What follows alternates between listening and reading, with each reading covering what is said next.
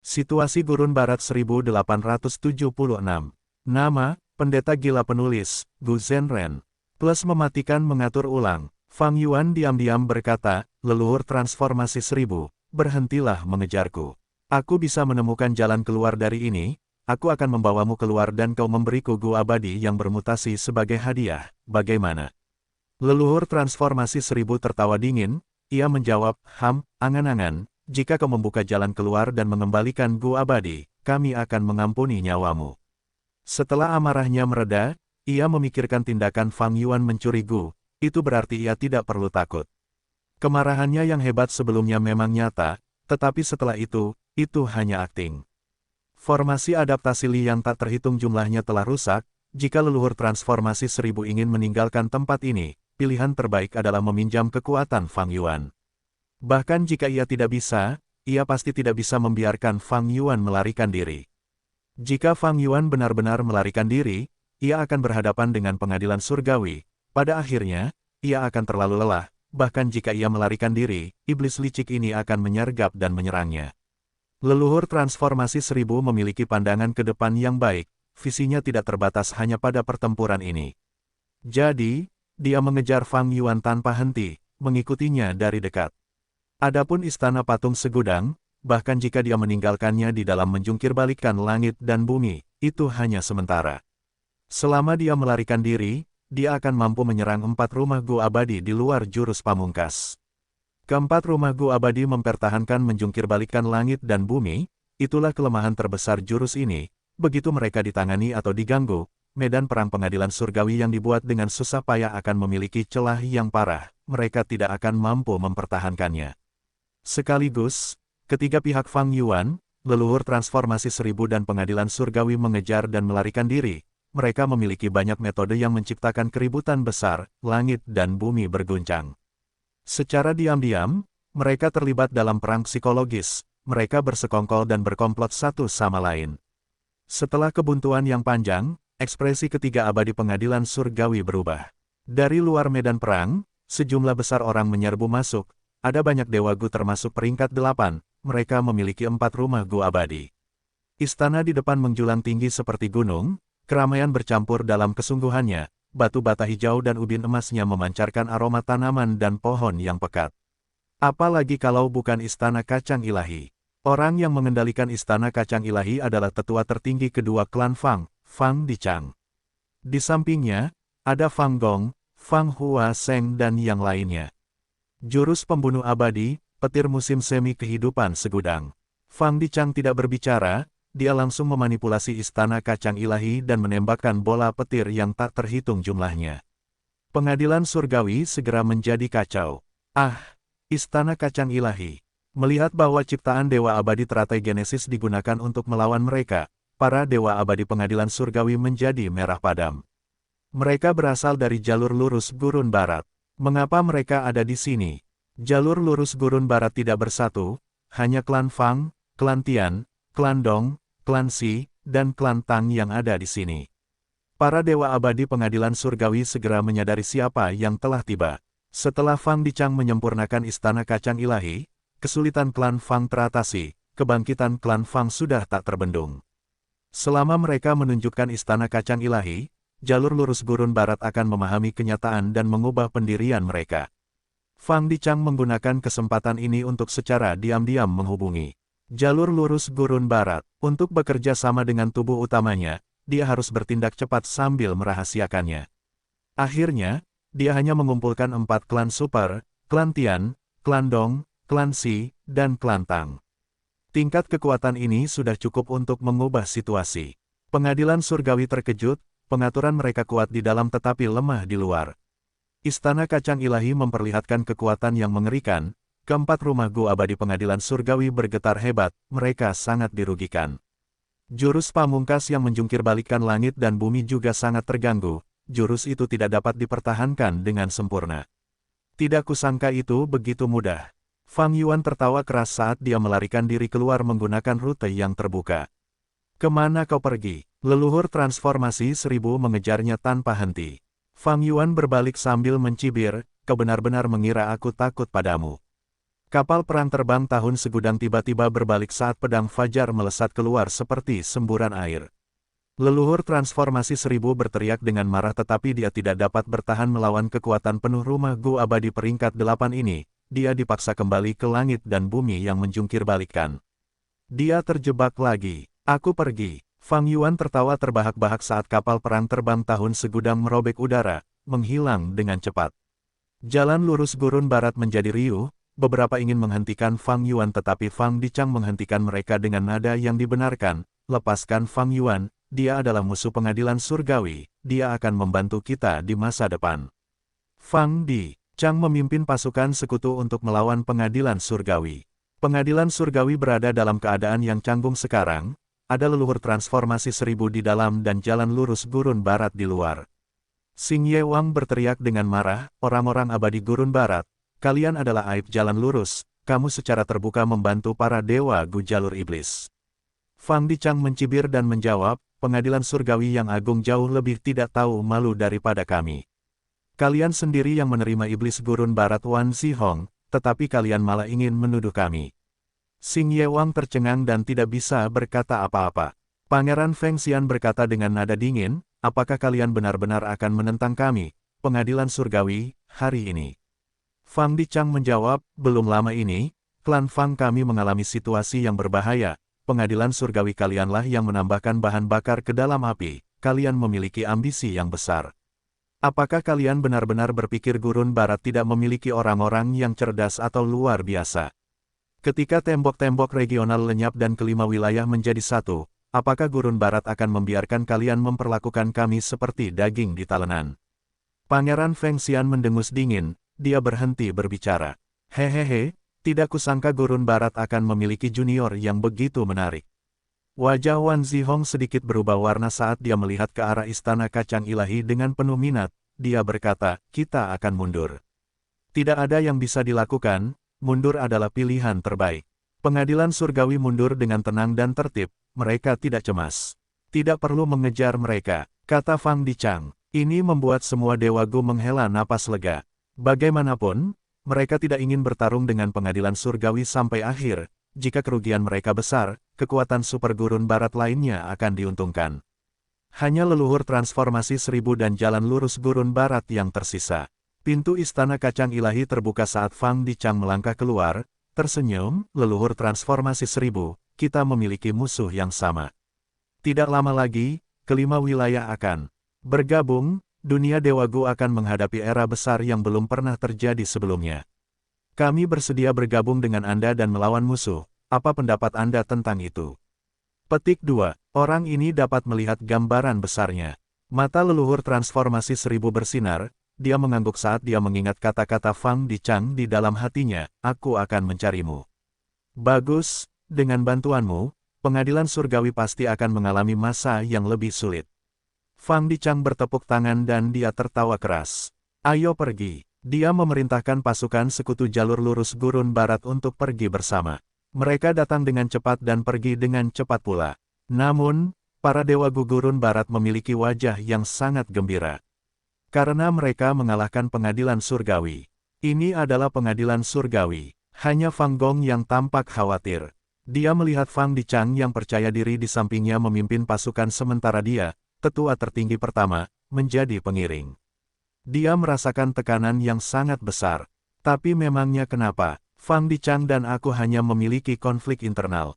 Kebangkitan klan Fang menjadi pemimpin jalan lurus gurun barat dan mengalahkan pengadilan surgawi adalah masalah eksternal. Bagaimana aku bisa fokus pada konflik internal dan menyebabkan kerugian pada klan Fang? Bahkan jika otoritasku diambil di masa depan, klan Fang kita akan tetap menjadi klan Fang dari klan Fang. Fang Dicang tahu bahwa meskipun mereka tidak mendapatkan keuntungan fisik dalam pertempuran ini, kebangkitan klan Fang sudah tidak dapat disangkal. Fang Dicang memperoleh kekayaan politik terbesar sepanjang hidupnya. Klan yang datang awalnya tidak bersatu, mereka hanya bergabung bersama dengan paksa. Namun setelah pertempuran ini, kejayaan berubah menjadi kekompakan saat kelima klan ini mulai bersatu. Adapun klan Fang, pemimpin kelompok inilah yang mencari keuntungan. Fang Dicang dari klan Fang, dia benar-benar orang yang tangguh. Leluhur transformasi seribu menyaksikan jalan lurus gurun barat pergi sambil mendesah pada dirinya sendiri. Istana patung segudang kembali kepadanya tanpa bersuara. Leluhur transformasi seribu melihat ke arah pelarian Fang Yuan dan pengadilan surgawi. Dia menggertakkan giginya, Fang Yuan, pengadilan surgawi, tunggu saja. Fang Yuan melihat ke arah Immortal Gu yang bermutasi di tangannya.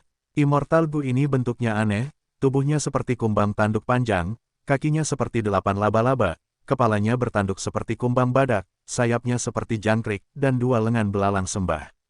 Ekornya bersinar terang seperti kunang-kunang, tetapi cahayanya berwarna pelangi. Immortal Gu yang bermutasi adalah milik leluhur transformasi seribu, tetapi ini bukan masalah bagi Fang Yuan. Setelah Fang Yuan meninggalkan medan perang, dia menyempurnakan Immortal Gu tingkat 8 ini selama perjalanannya. Tidak perlu menyebutkan kemarahan leluhur transformasi seribu setelah merasakan ini, Fang Yuan mencoba beberapa kali dan menemukan efek dari Immortal Gu yang bermutasi. Ini adalah Immortal Gu yang ofensif, kekuatannya luar biasa, dapat mengubah sebagian tubuh musuh, mendominasi tingkat 7, dan dapat memberikan masalah besar bagi binatang buas yang tak terlupakan. Itu juga dapat digunakan pada diri sendiri untuk menambah transformasi pada transformasi seseorang.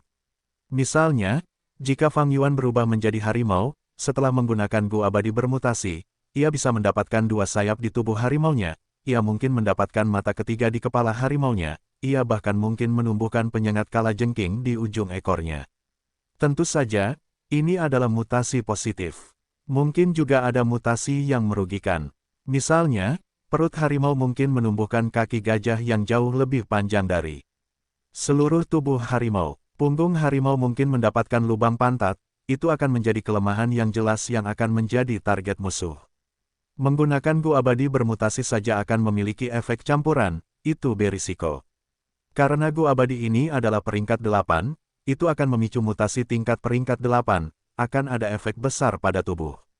Jadi, untuk bermain aman, ia harus menggunakan cacing Gu tambahan lainnya dengan Gu abadi bermutasi untuk membentuk gerakan pembunuh. Menggunakan gerakan ini untuk memperkuat diri sendiri adalah cara yang paling tidak berisiko. Selain menyerang musuh dengan Gu abadi bermutasi, itu juga dapat digunakan untuk mengelola celah abadi. Menggunakannya sebagai inti untuk menampilkan jurus pembunuh atau formasi abadi, itu akan menyebabkan lebih banyak mutasi pada makhluk hidup di dalam lubang abadi. Binatang buas biasa secara bertahap akan tumbuh menjadi binatang buas yang bermutasi. Tentu saja, binatang buas yang bermutasi ini juga bisa lumpuh, tetapi karena seleksi alam, mereka perlahan-lahan akan punah.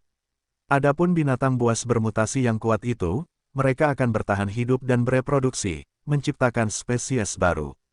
Biasanya, makhluk hidup yang bermutasi ini akan berkembang menjadi sumber daya khusus dari lubang abadi tertentu, mereka tidak akan ada di tempat lain. Jika mereka diterima dengan baik di pasar, ini akan menjadi sumber pendapatan jangka panjang para dewa Gu, mereka akan mendapatkan keuntungan besar dari ini seiring berjalannya waktu. Selain Gu abadi yang bermutasi, Fang Yuan juga memperoleh beberapa Gu abadi lainnya. Sebagian besar adalah Gu abadi jalur transformasi, ada juga Gu abadi jalur aturan peringkat 7 lulus. Ini adalah serangga yang tampak seperti kecoa yang tidak bisa terbang, ukurannya sebesar kepalan tangan janin, pipi dan berkilau dengan warna metalik, memancarkan perasaan tangguh. Saat itu, ketika Night Temptress dan selir abadi Kinglan pertama kali membuat formasi abadi, itu adalah intinya. Feng Jiuge bersembunyi di dekatnya, dia melihat Gu abadi ini dan ingin mendapatkannya. Gu abadi ini sangat berharga baginya. Memikirkan bahwa pada akhirnya, Gu abadi ini akan berakhir dengan Fang Yuan. Hanya metode Gu abadi dan leluhur transformasi seribu ini menunjukkan betapa kuatnya warisan sejati Reckless Savage. Sayang sekali, aku tidak bisa bertindak gegabah. Leluhur transformasi seribu hanya melewati satu kesengsaraan yang tak terhitung jumlahnya. Tanda daunnya tidak dapat dibandingkan dengan Fang Yuan. Tetapi dia memiliki banyak metode dan merupakan orang dengan daya tahan dan keterampilan akting yang hebat, Wei Feng dikalahkan olehnya. Kecuali Fang Yuan bisa memancingnya ke dalam jurus pamungkas di medan perang. Leluhur seribu transformasi masih memiliki istana patung segudang yang menjaganya, rumah Gu abadi peringkat 8 ini memiliki kekuatan yang mengejutkan, bisa berubah menjadi leluhur seribu transformasi di saat-saat genting untuk menipu musuh, itu adalah rintangan yang cukup besar. Tidak mudah untuk bersekongkol melawannya. Melihat pengadilan surgawi, mereka sudah merencanakan begitu lama dan menggunakan jurus pamungkas langit dan bumi. Mereka mengerahkan 4 peringkat 8 tetapi berakhir tanpa hasil. Dan yang paling penting, Fang Yuan tidak bisa menunjukkan kekuatan tempurnya yang sebenarnya. Sedikit ketidaksabaran akan merusak rencana besar, jika rahasia bahwa ia telah menjadi peringkat 8 terbongkar, kerugiannya akan sangat besar. Jadi, ketika berhadapan dengan 3 iblis eksentrik gila, ia sangat berhati-hati. Fang Yuan melihat gambaran besarnya. Konvensi jalur pemurnian benua tengah sudah dekat. Dunia abadi Gudataran Utara memiliki surga panjang umur, perbatasan selatan memiliki Wu Yong yang ambisius. Laut Timur dipimpin oleh identitas leluhur Laut Kisaya, Gurun Barat memiliki klan Fang dan klan Tang yang dapat saya manfaatkan. Aku sudah bisa melihat situasi 4 wilayah yang menyerang benua tengah. Ini adalah sesuatu yang telah direncanakan Fang Yuan sejak kelahirannya kembali. Akhirnya, pada saat ini, dia bisa melihat beberapa hasil dari pekerjaannya. Fang Yuan bukan lagi hanya seorang Gu Immortal peringkat 8, dia memiliki bawahan yang luar biasa, dia memiliki banyak orang berbakat di bawahnya. Dia juga bukan hanya kekuatan super biasa, dia berkomplot melawan dunia, menggunakan semua orang sebagai pionnya untuk menyingkirkan rintangan terbesarnya, pengadilan surgawi. Kehendak surga memanfaatkannya, jiwa spektral memanfaatkannya, yang mulia setan teratai merah memanfaatkannya, Cudu memanfaatkannya, roh tanah langya memanfaatkannya, tetapi sekarang, dia akhirnya menjadi salah satu pemain catur. Gua Surga Sastra Mendalam. Apakah aku salah lihat? Mengapa nama muridku ada dalam daftar 10 cendekiawan besar? Guru Jiang melihat informasi ini, dia merasa sangat terkejut, dia tercengang. Guru, apakah Anda ada di dalam? Murid Anda Li Xiaobai ingin bertemu dengan Anda. Pada saat ini, suara Li Xiaobai bergema dari luar pintu. Guru Jiang segera membuka pintu, masuklah, katakan padaku, apa yang terjadi. Li Xiaobai mempertimbangkan dengan saksama dan mengambil keputusan, dia menceritakan semua yang terjadi malam itu kepada Guru Jiang. Dia sangat gelisah, Guru, Anda harus membantu saya. Guru Jiang mendengar ini sambil menatap Li Xiaobai dengan tatapan kosong, ekspresinya berubah aneh, dia menggelengkan kepalanya dengan ekspresi yang tampak tersenyum, oh, kamu, aku tidak tahu harus berkata apa tentang ini. Dalam sudut pandang Guru Jiang, Li Xiaobai tidak memiliki harapan untuk menjadi salah satu dari 10 cendekiawan besar. Namun ketika keberuntungan datang mendekat, itu tidak dapat dihentikan. Keberuntungannya yang besar bahkan membuat Guru Jiang merasa sedikit iri dan cemburu di dalam hatinya. Setelah kejadian itu, Nona Sukihan mengujiku sebelum memberitahuku bahwa aku akan menjadi salah satu dari 10 cendekiawan besar.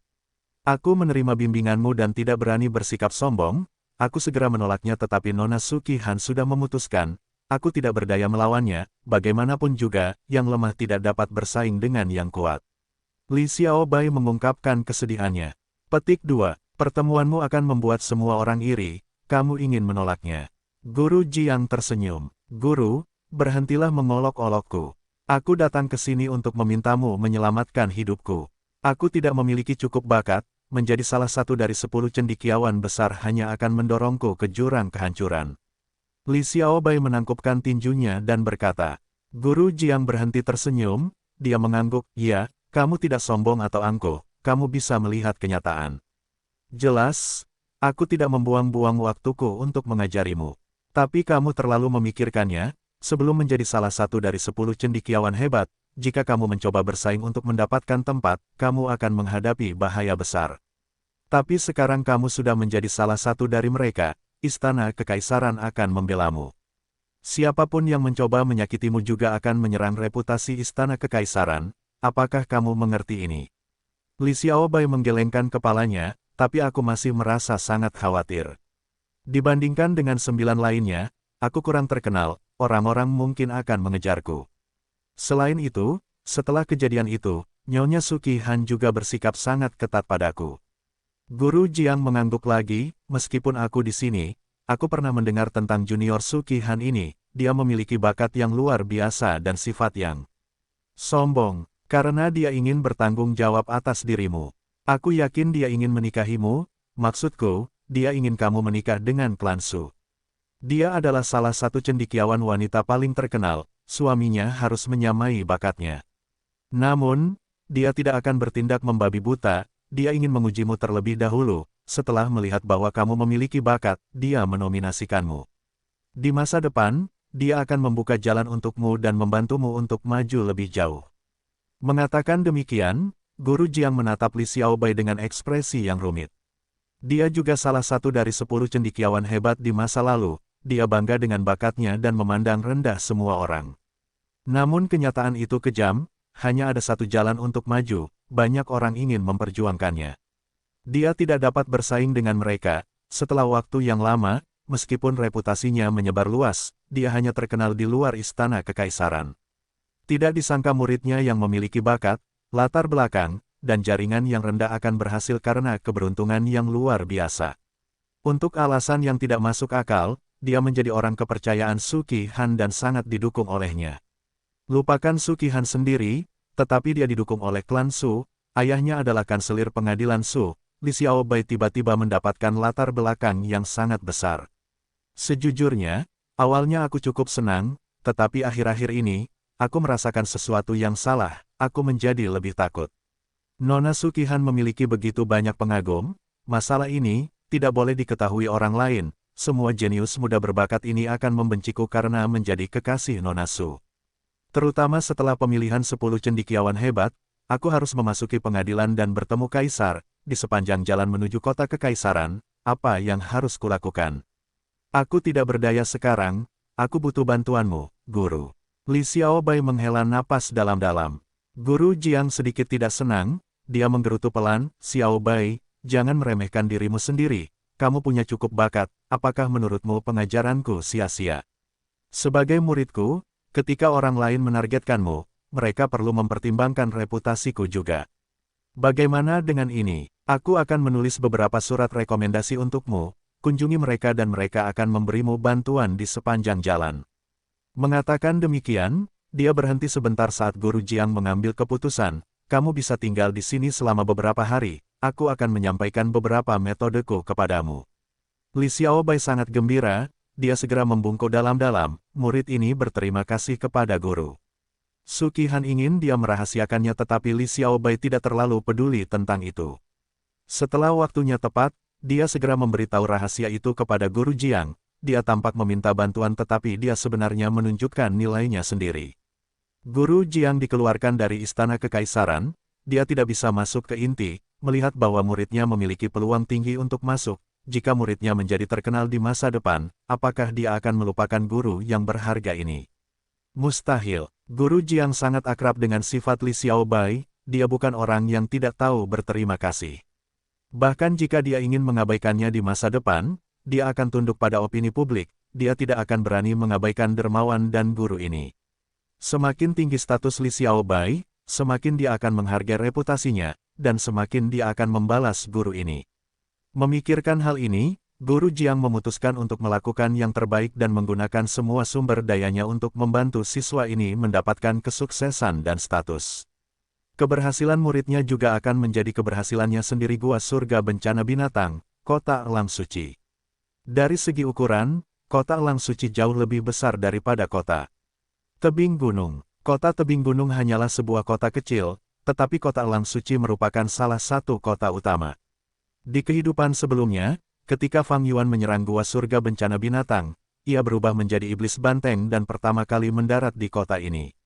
Di kehidupan ini, Kota Elang Suci saat ini berada dalam situasi yang mengerikan. Seluruh kota berubah menjadi kerajaan rawa, buaya tanah kuning berkeliaran di rawa, memburu orang-orang di kota. Prajurit elang mempertahankan tempat ini. Ia kuat, tetapi saat ini ia terluka parah.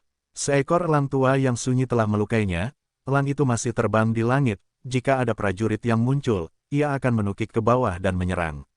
Bagaimana ini bisa terjadi? Prajurit elang bermandikan darah, ia berbaring di lumpur sambil menyaksikan orang-orangnya dibantai, ia sangat marah dan terkejut. Tidak seorang pun dapat membayangkan bahwa sekelompok besar binatang buas yang ganas akan menyerang Kota Elang Suci secara tiba-tiba. Sebelumnya masih damai, kota ini tenang dan ramai, tetapi dalam sekejap, berubah menjadi rumah jagal berdarah. Tidak, aku tidak bisa melihat ini terjadi, aku harus menghentikan semuanya. Prajurit elang berjuang untuk bangkit, dia ingin berdiri tetapi lukanya terlalu parah, dia jatuh sekali lagi.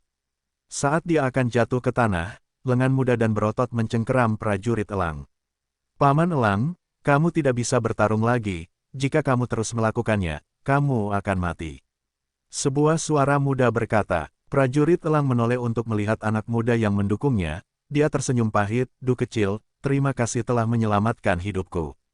Tetapi aku adalah penguasa kota elang suci, aku tidak bisa melihat malapetaka binatang buas terus menyebabkan kehancuran, aku tidak bisa membiarkan orang-orangku menjadi makanan binatang buas ini.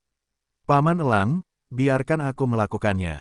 Mata Du kecil bersinar saat dia berbicara dengan tekad. Kamu, prajurit elang melihat luka di dada Little Du, dia menggelengkan kepalanya. Little Du, kamu bukan anggota kota elang suci, kamu datang ke sini karena aku mengundangmu untuk datang dan berkeliling kota untuk membalas rasa terima kasih karena telah menyelamatkan hidupku. Kamu sudah terluka untuk menyelamatkanku, kamu bukan tandingan binatang buas ini, cepat pergi. Pergi sekarang. Petik 2. Tidak, aku tidak akan pergi, aku ingin bertarung denganmu, Paman. Mari kita kalahkan binatang buas jahat ini. Little Du menggelengkan kepalanya. Prajurit elang tergerak, dia menepuk bahu Du kecil. Dia berkata dengan gembira, penguasa kota tebing gunung benar-benar telah menerima murid yang baik. Mengapa aku tidak dapat menemukan murid sepertimu? Du kecil, kamu masih terlalu muda, kamu memiliki masa depan yang lebih cerah daripadaku, kamu tidak boleh mati di sini. Aku ingin kamu berjanji padaku sesuatu, setelah kamu pergi dari sini, tunggu bala bantuan persekutuan tiba, lalu datang dan ambil mayatku. Ingat, aku ingin dikubur di taman. Cepat pergi. Prajurit elang tiba-tiba mengerahkan kekuatannya dan menarik tangan Du kecil, dia terbang ke langit. Dia berubah menjadi elang perak yang terluka parah lagi saat dia menyerang elang terpencil yang tak terlupakan di langit. Para dewagu di sini benar-benar berbeda dari yang di luar, mereka bersedia mengorbankan hidup mereka untuk manusia. Du kecil mendesah dalam hatinya, merasa tergerak. Tapi itu tidak berguna, elang terpencil yang tak terlupakan ini dipelihara oleh tubuh utamaku dengan sengaja untuk berurusan denganmu. Gua Surga Beast Calamity bukanlah gua surga profound literatur, hanya ada sedikit batasan di sini. Setelah Little Du menerima undangan dari Eagle Warrior, dia memberitahu pasukan utama dan memasang jebakan ini. Ini adalah kesempatan yang bagus. Karena warisan, sejati Beast Calamity terbagi menjadi beberapa bagian yang disimpan di kota-kota utama Gua Surga Beast Calamity. Klon Fang Yuan tidak memiliki kesempatan untuk mendekati warisan sejati itu dengan alasan yang tepat. Dia ingin menciptakan kesempatan, tetapi Eagle Warrior secara pribadi menyerahkan kesempatan ini kepadanya. Jika Eagle Warrior yang bermandikan darah mengetahui bahwa alasan mengapa kota Secret Eagle menghadapi bencana seperti itu adalah karena dirinya sendiri, siapa yang tahu bagaimana perasaannya. Eagle Warrior bukanlah tandingan dari elang purba yang sunyi, dia dengan cepat jatuh ke dalam posisi yang tidak menguntungkan. Elang purba yang sunyi itu menyerang lagi, hendak mematuk Eagle Warrior sampai mati, ketika Little Du berubah menjadi elang ekor panah sekali lagi dan menyelamatkannya di saat hidup dan mati. Little Du, mengapa kamu tidak pergi? Prajurit elang terkejut dan sangat cemas. Paman, bagaimana aku bisa melihatmu mati di sini? Bagaimana aku bisa membiarkan semua orang masuk ke dalam bahaya besar seperti ini? Bahkan jika aku harus mengorbankan hidupku, bahkan jika darahku mengering, aku akan bertarung sampai akhir. Du kecil berkata dengan tekad yang kuat. Du kecil, prajurit elang terdiam, dia sangat lemah sekarang. Dia berubah kembali ke bentuk manusia saat cakar Du kecil mencengkeramnya. Du kecil bertarung melawan elang terpencil yang tak terlupakan tetapi dia bukan tandingannya. Tetapi elang terpencil yang tak terlupakan itu adalah pion tubuh utama sejak awal. Du kecil seringkali masuk ke dalam situasi berbahaya di mana hidupnya dipertaruhkan. Dia terus-menerus terluka tetapi berhasil mundur setiap kali. Prajurit elang menyaksikan dengan jantung berdebar-debar, dia bertarung tanpa rasa takut. Tetapi ketika dia melihat Du kecil bertarung, dia menjadi sangat khawatir, dia tidak bisa menahan diri untuk tidak berteriak peringatan karena kegugupannya yang hebat. Ketika dia melihat Du kecil berdarah dan mendapatkan lebih banyak luka, dia merasakan sakit hati yang mendalam. Du kecil telah menyelamatkannya sebelumnya dalam formasi pertempuran 12 zodiak, dia adalah seorang dermawan. Sekarang, dia telah menyelamatkan prajurit elang 2 kali, dia bahkan bertarung sampai mati untuk kota elang suci. Ini sangat menyentuh prajurit elang, dia mengakui sifat dan watak Du kecil, dia sangat mengagumi pemuda itu. Fang Yuan kejam terhadap orang lain, tetapi bahkan lebih kejam terhadap dirinya sendiri. Sebagai klonnya, Du kecil memiliki gaya dan kepribadian yang sama. Ini adalah luka dan cedera yang nyata, prajurit elang benar-benar tersentuh olehnya. Du kecil baru saja menjadi Dewa Gu, dia adalah prajurit binatang tempur yang baru, yang termuda di serikat binatang tempur. Dengan tingkat kekuatan ini, dia jelas bukan tandingan elang terpencil yang tak terlupakan. Setelah beberapa lama bertarung, dia dihantam oleh elang tua yang tak bertuan itu dan jatuh ke dalam rumah tuan kota. Ini tentu saja rencananya, Du kecil jatuh terguling-guling dan menghantam lantai, memasuki altar bawah tanah. Prajurit elang sudah pingsan sebelumnya, ketika dia bangun, dia melihat Du kecil ada di sampingnya. "Paman, kamu sudah bangun." Du kecil sangat gembira. Prajurit elang juga sangat gembira karena Du kecil masih hidup, tetapi dia segera mengerutkan kening sambil bertanya, "Sudah berapa lama aku pingsan?" "Tidak lama, bala bantuan serikat tidak datang, setelah elang menyerang kita, dia tetap terbang di langit alih-alih mengejar kita." Du kecil menjawab, prajurit elang mendesah dalam-dalam, sepertinya kita tidak bisa mengalahkan elang ini dalam pertempuran frontal. Du kecil menganalisis, untungnya, elang ini tidak pintar, jika kita tidak berubah, dia tidak akan merasakan ancaman apapun, jadi dia tidak akan menyerang kita. Kita tidak bisa berubah menjadi bentuk binatang abadi kita sekarang, kita perlu menggunakan transformasi lain untuk menyelamatkan orang-orang kota. Prajurit elang sangat khawatir, jika dia tidak bisa menjadi binatang abadi, dia tidak akan bisa mengendalikan situasi. Dia hanya bisa melawan buaya tanah kuning itu dan menyelamatkan semua warga satu persatu, efisiensinya terlalu rendah. Tidak ada pilihan, mereka harus melakukan itu.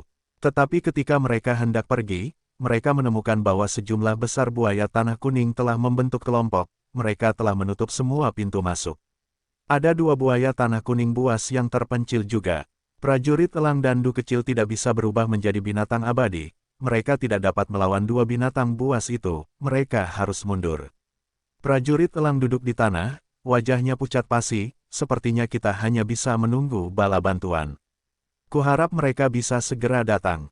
Tidak akan. Du kecil berpikir dalam hati, menurut rencanaku, bala bantuan akan terhambat, aku masih punya waktu untuk melaksanakan rencanaku. Namun di luar, Du kecil mengerutkan kening sambil menghantamkan tinjunya ke tanah, sialan. Apa kita akan menunggu di sini saja sampai bala bantuan datang? Di mana kita? Kenapa ada altar di sini? Prajurit elang menjawab, kita sekarang berada di bawah istana tuan kota. Mengenai altar ini, sebelum dia selesai, Du kecil menyela. Alis Du kecil terangkat, tidak kusangka ada begitu banyak ruang di bawah istana tuan kota. Aku punya, kita bisa bergerak di bawah tanah dan melewati buaya tanah kuning untuk melarikan diri. Prajurit elang menggelengkan kepalanya, tidak ada gunanya. Area bawah tanah ini hanya meliputi istana tuan kota, kita tidak bisa pergi ke kota luar. Buaya tanah kuning itu juga ahli menggali di bawah tanah, mereka seringkali hidup di rawa-rawa. Sialan, Little Du menggertakkan giginya, tiba-tiba, dia tersentak, tunggu tidak, paman, bukankah aneh? Mengapa buaya-buaya tanah kuning itu hanya mengelilingi tempat ini tetapi tidak menyerang kita? Elang di langit mungkin sombong dan tidak ingin menyerang kita, tetapi mengapa buaya-buaya tanah kuning itu menunggu di luar, mereka tampaknya menghindari sesuatu. Prajurit elang memaksakan senyum, Little Du, pengamatanmu benar. Tetapi jangan terlalu berharap, buaya-buaya tanah kuning ini tidak dapat mendekat karena altar ini. Ini sangat tua, legenda mengatakan bahwa Raja Binatang Tempur generasi pertama mengaturnya di sini, sebagian kekuatannya disegel di dalam. Raja Binatang Tempur generasi pertama. Mengapa dia menyegel kekuatannya sendiri? Little Du bertanya dengan rasa ingin tahu. Sepertinya dia ingin memberikannya kepada seorang pewaris. Ada beberapa altar lagi di kota-kota utama lainnya, siapapun yang dapat mengumpulkan semua kekuatan ini akan mendapatkan kekuatan Raja Binatang Tempur generasi pertama. Prajurit elang berkata perlahan. Little Du berkedip beberapa kali, lalu, mengapa kita tidak menggunakan kekuatan ini untuk mengalahkan binatang buas di luar? Prajurit elang tersenyum getir, tidak ada gunanya. Ini semua hanya rumor, tidak ada catatan nyata tentang hal itu. Banyak orang mencoba tetapi tidak ada yang berhasil. Ini mungkin rumor palsu, tetapi altar-altar ini memang sangat kuat, mereka memiliki kekuatan misterius dan tidak dapat dihancurkan, binatang buas juga tidak dapat mendengarnya. Mengatakan demikian, prajurit elang melihat bahwa Little Du bersemangat dan tertawa. Jika kamu ingin mencobanya, silakan saja. Tetapi ingat kata-kataku, jangan terlalu berharap, jangan kecewa jika tidak terjadi apa-apa. Baiklah, Paman. Du kecil melangkah lebar dan segera menuju altar. Dia berjalan beberapa kali mengelilingi altar tetapi tidak terjadi apa-apa. Dia memanjat tetapi masih tidak ada reaksi. Ini adalah situasi yang normal, prajurit elang mengawasi dari samping. Tetapi pada saat ini, Little Du berlutut dan mulai berdoa dengan keras, Raja Binatang Tempur generasi pertama, aku tidak mengenalmu dan belum pernah bertemu denganmu sebelumnya. Tetapi aku harap kamu dapat membantu kami, binatang buas ada di luar memakan orang-orang, setiap tarikan napas waktu, satu nyawa hilang. Aku mohon padamu, Raja Binatang Tempur generasi pertama, jika kamu dapat mendengarku di surga, tolong lakukan sesuatu, lakukan sesuatu. Little Du berbicara lebih keras dan lebih keras saat dia menangis menjelang akhir. Little Du, kamu benar-benar anak yang baik hati dan tidak bersalah. Mata prajurit elang juga memerah, dia merasa sangat tersentuh. Kemudian, pada saat berikutnya, cahaya putih keluar dari altar, menyelimuti tubuh Little Du. Prajurit elang menatap dengan mata terbelalak, dia membuka mulutnya dan kehilangan kata-kata, apa yang terjadi? Bam! Suara lembut terdengar saat cahaya putih menyatu ke dalam tubuh Little Du, altar yang kokoh dan tidak bisa dihancurkan hancur berkeping-keping pada saat berikutnya. Little Du, prajurit elang tergagap. Little Du berbalik dengan ekspresi gembira, Paman, Anda benar. Saya mewarisi kekuatan Raja Binatang Tempur generasi pertama.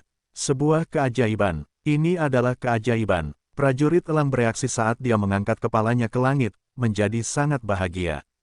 Dia tertawa sebentar sebelum berbalik untuk melihat Little Du, tatapannya dipenuhi dengan keseriusan dan kegembiraan. Little Du, kamu benar-benar mewarisi kekuatan Raja Binatang Tempur generasi pertama. Apakah kamu tahu apa artinya itu? Apa? Little Du tercengang. Ini berarti kamu dapat mewarisi sisa warisan. Kamu adalah Raja Binatang Tempur masa depan. Tidak, lebih tepatnya, kamu adalah penyelamat dunia. Prajurit elang menjadi sangat bersemangat. Itu benar, kamu adalah penyelamat dunia. Penyelamat dunia Little Du. Laut Timur, Istana Naga, klon Fang Yuan, Wu Shuai, duduk di singgasana naganya sambil mengendalikan semut-semut pasukannya. Selama kurun waktu ini, pasukan semut telah berkembang hingga ukuran tertentu. Saat ini, ada lebih dari 100 juta semut, mereka bergerak seperti sungai emas dan berputar-putar di langit. Wu Shuai mengeluarkan material abadi tingkat 8. Itu adalah seikat bulu burung, bulu-bulu ini bertekstur seperti batu tetapi tampak sangat hidup, mereka diselimuti cahaya putih keabu-abuan. Jika seseorang mengendusnya, mereka akan dapat mencium bau busuk mayat. Ini adalah bulu burung kaisar mayat binatang buas yang tak terlupakan. Wu Shuai meniup pelan saat bulu-bulu itu terbang ke langit, menyatu menjadi sungai semut-semut pasukan emas. Segera, dia mulai mendengar suara-suara. Semut-semut pasukan yang tak terhitung jumlahnya mendarat di bulu burung kaisar mayat dan melahapnya. Meskipun hanya ada 10 bulu, itu adalah material abadi tingkat 8, sedikit saja sudah cukup untuk memberi makan pasukan 10.000 semut, itu bisa bertahan lama. Sesaat kemudian, bulu burung kaisar mayat dimakan habis oleh semut tentara. Semut tentara ini tidak hanya diberi makan, mereka bahkan menciptakan kelompok semut tentara baru. Semut baru itu adalah semut mayat, mereka memancarkan energi kematian, mereka dapat memakan mayat semut tentara untuk menjadi lebih kuat. Semakin banyak mayat yang mereka makan, semakin kuat pula semut mayat itu. Tentu saja ada batas untuk pertumbuhan ini, semut mayat terkuat dapat menandingi semut raja tetapi tidak dapat menandingi semut ratu. Dengan semut mayat ini, semut tentara akan lebih berguna dan tahan lama dalam pertempuran. Sebelum ini, semut-semut itu akan mati sia-sia, tetapi dengan semut mayat, saya dapat memanfaatkan mayat mereka. Dalam hal ini, saya juga dapat menghemat cukup banyak biaya. Wu Shuai menghela napas. Semut tentara itu sangat hebat, mereka mengandung esensi jalur perbudakan. Memberi makan semut tentara tidak hanya mempertahankan jumlah mereka, bahkan dapat menciptakan keturunan baru. Ketika semut tentara yang tak terhitung jumlahnya bekerja sama, mereka akan menghasilkan banyak efek unik. Namun semut tentara hanya bisa meringankan kelemahan jalur perbudakan, mereka tidak bisa menghilangkannya. Jalur perbudakan benar-benar menghabiskan terlalu banyak sumber daya. Setelah menumbuhkan semut tentara hingga skala ini yang dapat melawan Dewa Gu peringkat 8, Wu Shuai mulai merasakan beban yang berat. Tubuh utamaku sedang memurnikan Gu, pengeluarannya sangat besar, semut tentara yang aku besarkan juga merupakan lubang tanpa dasar. Untungnya, aku mendapat bantuan dari suku Gu dan para duyung, jika tidak, semut tentaraku tidak akan berkembang hingga sebesar ini. Tepat pada saat ini, ekspresi Wu Shuai berubah. Seorang Dewa Gu telah muncul di luar Istana Naga, mengunjungi Wu Shuai. Wu Shuai membuka pintu istana dan pergi untuk mengundang orang itu masuk. Dia adalah seorang tetua yang bertanggung jawab atas Istana Kekaisaran Duyung, dia mewakili sebagian dari keinginan mereka. Klon Fang Yuan, Wu Shuai, membantu mengubah sebagian suku Gu dan para duyung menjadi manusia naga baru, hubungan antara ketiga kelompok itu semakin dalam. Tang Qiong adalah perwakilan dari Istana Kekaisaran Duyung, dia berinteraksi dengan Wu Shuai secara mendalam dan selalu bersikap sopan, dia memperlakukan Wu Shuai sebagai senior yang sebenarnya. Wu Shuai membawa Tang Qiong ke Istana Naga. Meskipun ini bukan kunjungan pertamaku, aku masih kagum dengan penampilan megah Istana Naga.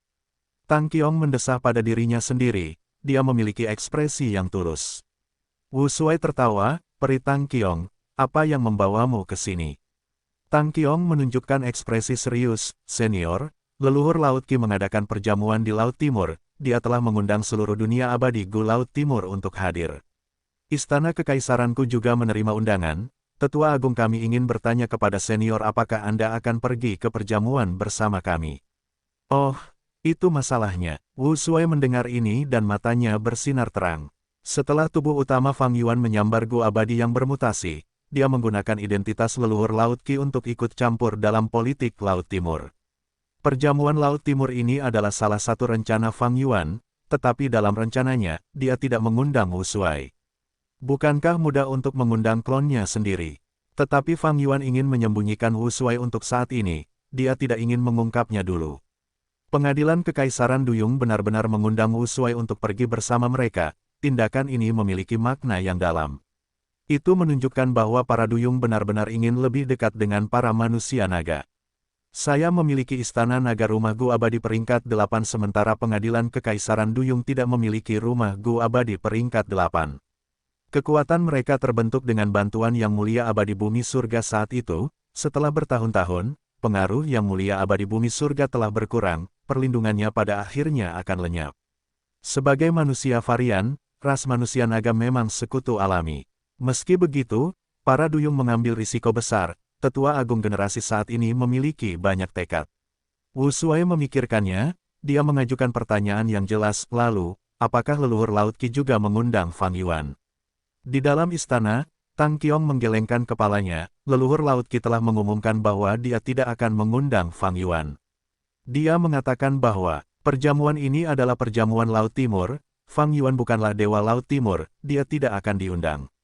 Wu Shuai mengangguk, itu pasti masalahnya. Jika leluhur Laut Qi mengundang Fang Yuan, itu akan menjadi tindakan terhadap pengadilan surgawi. Dia tidak takut pada mereka, tetapi Fang Yuan harus mempertimbangkan perasaan Dewa Laut Timur lainnya. Dia tidak takut pada pengadilan surgawi, tetapi Dewa Laut Timur takut dan waspada terhadap pengadilan surgawi. Reputasi pengadilan surgawi sangat mendarah daging pada setiap orang, bagaimanapun juga itu adalah kekuatan nomor satu di dunia, memiliki sejarah 3 juta tahun.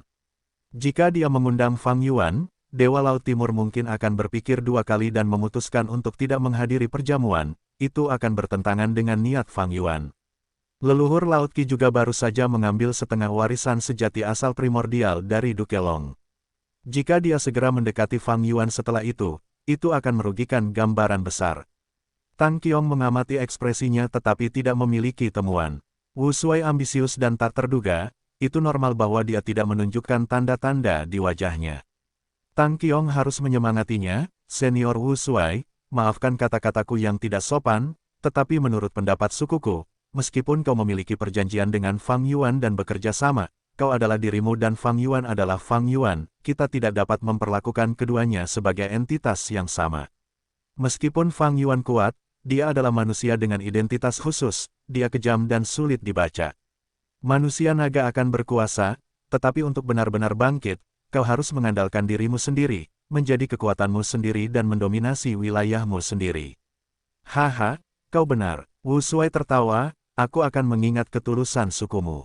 Tetapi sekarang bukan saatnya bagi ras manusia naga untuk muncul kembali di dunia ini.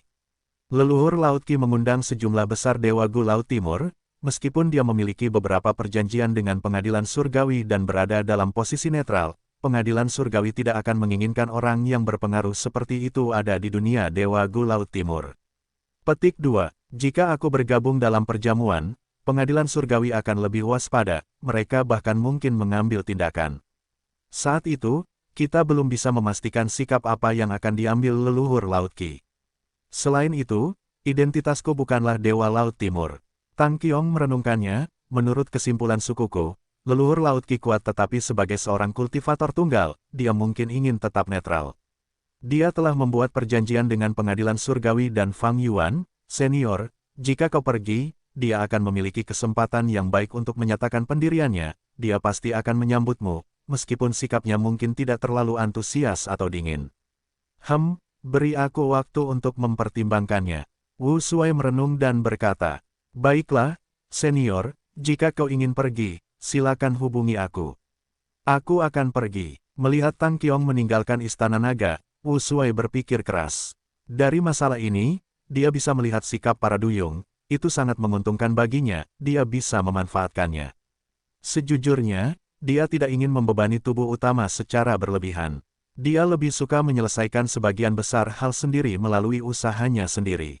Para duyung adalah bagian dari Laut Timur, sikap mereka juga merupakan sikap dunia Gu Immortal Laut Timur terhadap leluhur Laut Qi dan perjamuan besar ini. Itu adalah sikap yang baik. Itu sangat bermanfaat bagi rencana Fang Yuan. Dengan hanya identitas leluhur Laut Qi, ingin mengadakan perjamuan dan menyatukan seluruh dunia Gu Immortal Laut Timur adalah angan-angan. Itu pada dasarnya mustahil. Longevity Heaven telah mendominasi Northern Plains selama bertahun-tahun tetapi mereka juga tidak menyatukan dunia Gu Immortal mereka. Fang Yuan tidak memimpikannya ini, yang dia inginkan adalah memengaruhi dunia Gu Immortal Laut Timur. Dia ingin memastikan bahwa ketika berhadapan dengan pengadilan surgawi di masa depan, keputusan dan tindakan leluhur Laut Qi akan sangat memengaruhi pilihan yang dibuat oleh Gu Immortal Laut Timur. Sebelum perjamuan leluhur Laut Qi dimulai, Fang Dicang dari Gurun Barat, yang juga merupakan klon Fang Yuan, juga mulai melakukan sesuatu seperti ini. Semuanya, selamat tinggal, teman Xiao, harap jaga diri. Fang Dicang mengantar Dewa Gu Gurun Barat terakhir. Pertemuan jalur lurus Gurun Barat baru saja berakhir. Fang Dicang bekerja sama dengan badan utama, memimpin pasukan sekutu dari 5 klan di jalur lurus Gurun Barat, mengalahkan pengadilan surgawi. Fang Dicang menggunakan hasil yang luar biasa ini hingga batasnya, ia mengundang semua kekuatan super Gurun Barat untuk datang ke pertemuan. Orang-orang ini, Fang Gong berjalan keluar dan melihat Dewa Gu klan Xiao pergi sambil menunjukkan ekspresi tidak senang. Pertemuan ini tidak menghasilkan hasil yang baik. Banyak kekuatan bersikap dingin terhadap klan Fang, beberapa bahkan mencurigai kemenangan klan Fang atas pengadilan surgawi. Mereka hanya memprovokasi klan Fang. Fang Dicang tersenyum pahit, penatua tertinggi pertama, jangan terlalu marah, sebenarnya, pengadilan surgawi berhasil mundur dengan selamat, mereka kehilangan 1 peringkat 8 karena leluhur transformasi 1000 juga. Kekalahan, pengadilan surgawi hanyalah publikasi kami untuk meningkatkan reputasi kami. Klan Fang kami naik ke tampuk kekuasaan terlalu tiba-tiba, kami belum menang. Klan-klan ini terlalu iri dengan keberuntungan kami dalam memperoleh istana kacang ilahi. Saat ini, kami memanfaatkan gelombang ini dan mengadakan pertemuan. Di mata mereka, mereka berpikir bahwa klan Fang kami hanya ingin menjadi pemimpin dengan tergesa-gesa. Jadi, mereka tidak mengirim penatua manapun yang berwenang, mereka hanya mengirim beberapa anggota yang tidak penting. Selain 4 klan yang bersekutu dengan mereka yang menunjukkan sikap tulus, sebagian besar klan super lainnya tidak memberikan muka pada klan Fang. Namun, ini adalah sesuatu yang tidak dapat dihindari. Pertama, klan Fang tidak memperoleh kemenangan yang sebenarnya, kekuatan pertempuran mereka tidak cukup mengancam. Kedua, mereka tidak memiliki otoritas sejati, klan-klan ini tidak tertarik untuk menghibur mereka. Pengadilan surgawi pasti juga menabur perselisihan. Tidak ada yang bisa dilakukan, pengaruh kita hanya dapat tumbuh perlahan. Kata Fang Dichang. Selama Perang Lima Wilayah, ketika benua tengah menyerang, aku ingin melihat apa yang akan dilakukan orang-orang ini. Fang Gong mendengus dingin. Fang Dichang menyipitkan matanya tetapi dia mendesah dalam hatinya. Bagaimana mungkin kekuatan super ini tidak memahami gambaran besarnya? Mereka mengetahuinya dengan jelas, tetapi memangnya kenapa? Kekuatan-kekuatan ini saling menahan dan membatasi, mereka memiliki dendam dan konflik selama bertahun-tahun, kepentingan dan keuntungan masing-masing dipertaruhkan, tanpa krisis hidup dan mati, pola pikir mereka yang biasa tidak akan memungkinkan mereka untuk bekerja sama pengadilan surgawi. Di langit putih keperakan, istana abadi yang tak terhitung jumlahnya didirikan. Di dalam aula diskusi, lebih dari 10 dewa Gu telah berkumpul. Duke Long duduk di kursi tertinggi, diikuti oleh Peri Ziwei dan Qin Dingling. Setelah mereka adalah Bai Changsui, Chong Yan, Che Wei, Yuan Qiongdu, Zhou Xiongxin, dan yang lainnya. Selain itu, ada wasiat Gu Liuru, Wan Zihong, Pangeran Feng Xian, Xing Ye Wang, Jun Shen Guang, dan yang lainnya. Orang-orang ini memiliki misi yang harus dilakukan, mereka tidak dapat berpartisipasi dalam pertemuan pengadilan surgawi ini secara pribadi. Sesekali, anggota pengadilan surgawi akan berkumpul dan mengadakan pertemuan untuk membahas masalah dan mengemukakan pendapat mereka sendiri, untuk mencapai suatu konsensus. Selama masa normal, pengadilan surgawi biasanya akan dipimpin oleh Dewa Gu jalur kebijaksanaan dalam hal manajemen. Saat ini, Duke Long adalah pilar psikologis yang menopang organisasi sementara Peri Ziwei memegang kendali atas urusan administratif. Di depannya adalah penguasa menara pengawas surga. Yuan Qiongdu, bagaimana penelitian tentang Gu bukaan kedua? Tanya Duke Long. Yuan Qiongdu menjawab, dengan bantuan Lady Ziwei, aku telah menyimpulkan beberapa rahasia, kita dapat menyempurnakan Gu bukaan kedua peringkat 1 hingga 5 sekarang. Sebenarnya, fondasi jalur penyempurnaan pengadilan surgawi lebih dalam daripada Sekte Langya. Ada 3 Grandmaster tertinggi jalur penyempurnaan dalam sejarah, leluhur rambut panjang hanyalah salah satunya, 2 lainnya hampir seluruh warisan mereka dikumpulkan oleh pengadilan surgawi. Yuan Qiongdu adalah orang yang saat ini bertanggung jawab atas jalur penyempurnaan, ia memiliki bakat dan kecakapan yang luar biasa, ia adalah orang yang bertanggung jawab untuk memperbaiki Gu takdir di kehidupan sebelumnya. Bersama dengan deduksi Peri Ziwei, kombinasi ketiga hal ini membuat mereka tidak begitu sulit untuk menyimpulkan resep Gu Fana bukaan kedua Fang Yuan. Setelah mendengar ini, banyak dari para abadi memiliki ekspresi gembira saat mereka mulai berbicara. Aku pernah mendengar tentang Gu bukaan kedua ini, itu adalah hal yang bagus. Benar sekali, memiliki bukaan kedua akan memberikan Master Gu peningkatan besar dalam kekuatan tempur. Jika kita bisa mendapatkan resep Gu abadi, itu juga akan sangat berarti bagi para abadi Gu. Dari titik ini, kita perlu berterima kasih kepada Fang Yuan, hahaha. Peri Ziwei berbicara dengan nada tenang saat dia menyela, apakah Fang Yuan orang yang begitu bodoh? Dia sudah menduga Gu bukaan kedua akan disimpulkan ketika dia melemparkannya ke jalur lurus perbatasan selatan. Bukaan kedua memang memiliki makna yang dalam, tetapi jika Master Gu memiliki bukaan kedua, mereka akan membutuhkan waktu dan upaya 2 kali lipat untuk berkultivasi. Mereka juga akan membutuhkan lebih banyak sumber daya. Jadi begitulah, para dewa abadi di sini semuanya adalah elit peringkat 8, Peri Ziwei baru saja mengatakan ini ketika mereka memahami alasannya. Dia memberikan Gu bukaan kedua untuk memeras jalur lurus perbatasan selatan tetapi juga untuk membuat rencana untuk perang kacau 5 wilayah. Itu benar. Ketika tembok regional lenyap dan 5 wilayah menyatu, Dewa Abadi dan Master Gu tidak akan berubah jumlahnya, tetapi Gu bukaan kedua ini akan menyebar dengan cepat. Pada saat itu, kebutuhan mereka akan sumber daya akan berlipat ganda, apa yang akan dilakukan semua orang. Mereka harus bertarung dan memulai konflik untuk mengumpulkan sumber daya. Iblis ini benar-benar ganas dan licik, tetapi kita tidak punya pilihan selain mengambil umpannya. Mereka harus melakukannya. Pengadilan surgawi telah memperoleh Gu bukaan kedua dari jalur lurus perbatasan selatan. Perbatasan selatan akan meneliti sendiri Gu bukaan kedua, 3 wilayah lainnya juga tidak akan mengabaikannya.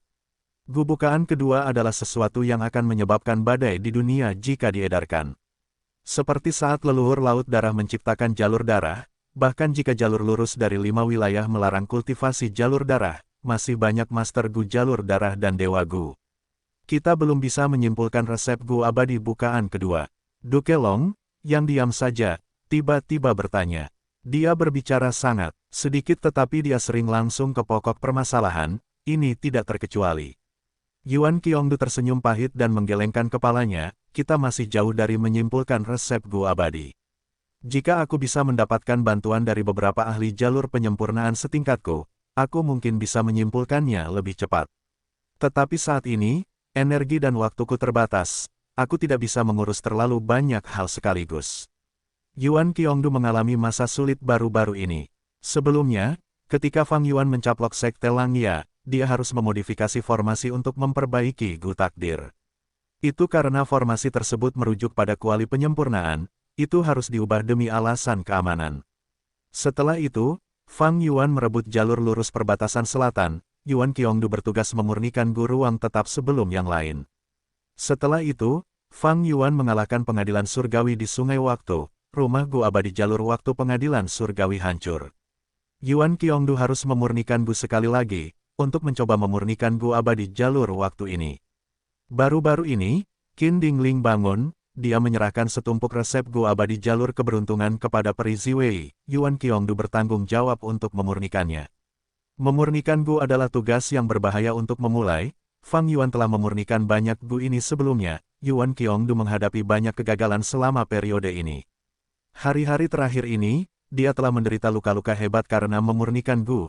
Jika pengadilan surgawi tidak memiliki metode penyembuhan yang luar biasa, dia mungkin sudah meninggal. Selanjutnya, Yuan Qiongdu harus mempersiapkan pemulihan takdir. Sebelum kita sepenuhnya memperbaiki Gu Takdir, resep Gu abadi bukaan kedua tidak akan bisa diperoleh. Peri Ziwei menyatakan, itu sedikit disayangkan. Duke Long mengangguk tetapi tidak berbicara lagi. Qin Dingling mendesah, tanpa resep Gu abadi bukaan kedua, jalan lurus perbatasan selatan tidak akan bisa lepas dari ancaman dan pemerasan Fang Yuan.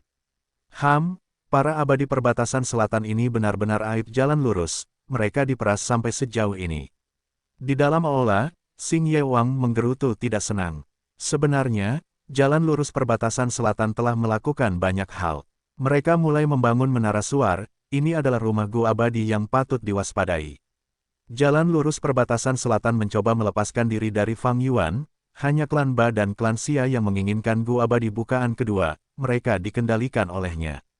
Sementara itu, klan Wu, klan Cai, dan yang lainnya menentangnya sepenuhnya. Mereka ingin bekerja sama dengan pengadilan surgawi kita sudah mulai menekan bisnis Fang Yuan di surga kuning harta karun. Petik 2. Saya perlu mengingatkan semua orang bahwa dunia Gu abadi perbatasan selatan memiliki kekuatan mengintai yang kuat yang perlu kita waspadai, yaitu surga kebajikan. Ini adalah warisan sejati yang telah disiapkan oleh Yang Mulia Abadi Bumi Surga secara pribadi. Mereka memiliki banyak Gu abadi, yang terkuat di antara mereka adalah Lu Weiyin, mereka juga termasuk Gu abadi manusia jamur. Meskipun Yang Mulia Abadi Bumi Surga tidak memasuki pengadilan surgawi, ada hubungan yang bersahabat di antara kita. Tetapi bagaimana dengan sikap surga kebajikan ini? Kita perlu menyelidiki lebih lanjut. Saya sudah mempertimbangkannya. Peri Ziwei berbicara, setelah beberapa waktu, saya secara pribadi akan menuju ke surga kebajikan dan meminjam Gu abadi. Pengadilan surgawi memang membutuhkan Gu abadi ini, itu juga merupakan ujian mereka terhadap surga kebajikan. Jika Lu Weiyin menunjukkan sikap bersahabat, pengadilan surgawi akan mencoba menarik mereka sebagai sekutu. Setelah membahas masalah perbatasan selatan, para dewa pengadilan surgawi melanjutkan pembicaraan tentang Gurun Barat. Karena rencana Fang Yuan, situasi Gurun Barat banyak berubah. Setelah klan Fang menguasai Istana Kacang Ilahi, mereka mengalahkan pengadilan surgawi, menyebabkan rencana mereka dalam mempertahankan konflik internal di Gurun Barat mengalami kekalahan. Klan Fang memang memiliki kemampuan untuk bangkit ke kekuasaan. Namun kali ini, ada orang penting yang menyebabkan situasi ini, tetua tertinggi kedua klan Fang, Fang Dichang. Orang ini punya ambisi besar, dia orang yang tangguh. Dia sudah bersekutu dengan banyak pasukan jalur lurus Gurun Barat, kalau bukan karena kita berhasil menebar perselisihan di antara mereka, kebangkitan klan Fang pasti tak terbendung. Petik 2. Sekarang Chen Yi sudah mati, kita tidak punya pewaris strategenesis yang tepat, bagaimana kita akan merebut kembali Istana Kacang Ilahi? Petik 2. Saya sarankan kita bunuh Fang Dichang. Petik 2. Terlalu sulit, orang ini sangat licik dan waspada. Setelah mendapatkan istana kacang ilahi, dia pada dasarnya menempatkan dirinya di dalam secara permanen. Tetua tertinggi pertama klan Fang adalah Fang Gong, bagaimana sikapnya terhadap Fang Dichang. Fang Gong dan Fang Dichang punya hubungan dekat, mereka tidak punya konflik di antara mereka, kita tidak bisa melakukan apapun terhadap mereka untuk saat ini. Setelah para dewa pengadilan surgawi berbicara sebentar, mereka memutuskan untuk menambah bala bantuan di Gurun Barat. Meskipun pengadilan surgawi kehilangan Wei Feng, pasukan utama mereka masih utuh, tidak banyak kerugian. Dulu, ketika pengadilan surgawi mengerahkan pasukan mereka di sana, itu karena Fang Yuan telah mencoba melarikan diri menggunakan anak sungai alami sungai waktu di sana. Untuk menghentikannya, mereka mendirikan formasi abadi di anak sungai tersebut. Setelah itu, mereka menyadari kelemahan leluhur transformasi 1000 dan dengan demikian mengirim lebih banyak orang ke sana untuk menghadapinya. Meskipun rencana pengadilan surgawi untuk menghadapi leluhur transformasi 1000 dan Fang Yuan gagal, mereka tidak akan menyerah meskipun mengalami kemunduran. Setelah berdiskusi, mereka memutuskan secara serempak bahwa mereka akan mengirim sejumlah dewa abadi dan rumah dewa abadi ke sungai waktu selama momen krusial, dengan menggunakan anak sungai-sungai waktu untuk memperkuat mereka dengan cepat. Target utama mereka sekarang bukanlah leluhur transformasi 1000, melainkan klan Fang. Leluhur transformasi 1000 adalah seorang abadi tunggal sementara klan Fang adalah klan jalur lurus yang secara bertahap mendapatkan pengaruh atas jalur lurus Gurun Barat. Jika mereka dibiarkan berkembang, jalur lurus Gurun Barat akan menjadi ancaman yang semakin besar terhadap pengadilan surgawi. Setelah klan Fang mengambil alih istana kacang ilahi, itu berarti klan Fang dan pengadilan surgawi tidak dapat lagi mencapai kesepakatan damai.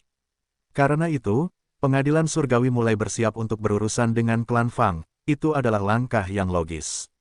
Setelah Gurun Barat adalah Laut Timur. Politik Laut Timur juga berubah, leluhur Laut Qi mengadakan perjamuan dan mengundang Dewa Gu Laut Timur, apa yang akan dia lakukan?